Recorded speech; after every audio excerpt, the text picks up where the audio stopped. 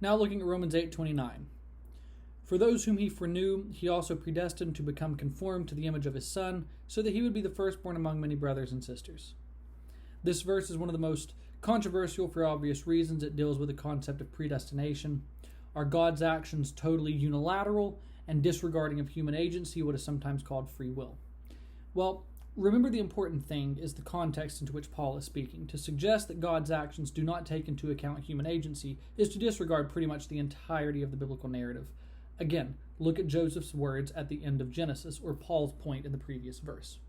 And the context here is Paul's discussion of present sufferings and the hope that the believer has to endure this side of eternity. Therefore, this verse is meant to be a comfort to the believer and not a controversial topic of intense academic or theological discussion, which is often what it is used for and often misses the fundamental point. And that point is this. In some sense, God knew beforehand the believer and had already determined that they would be conformed to his image. For the believer, then, this verse secures and assures their justification.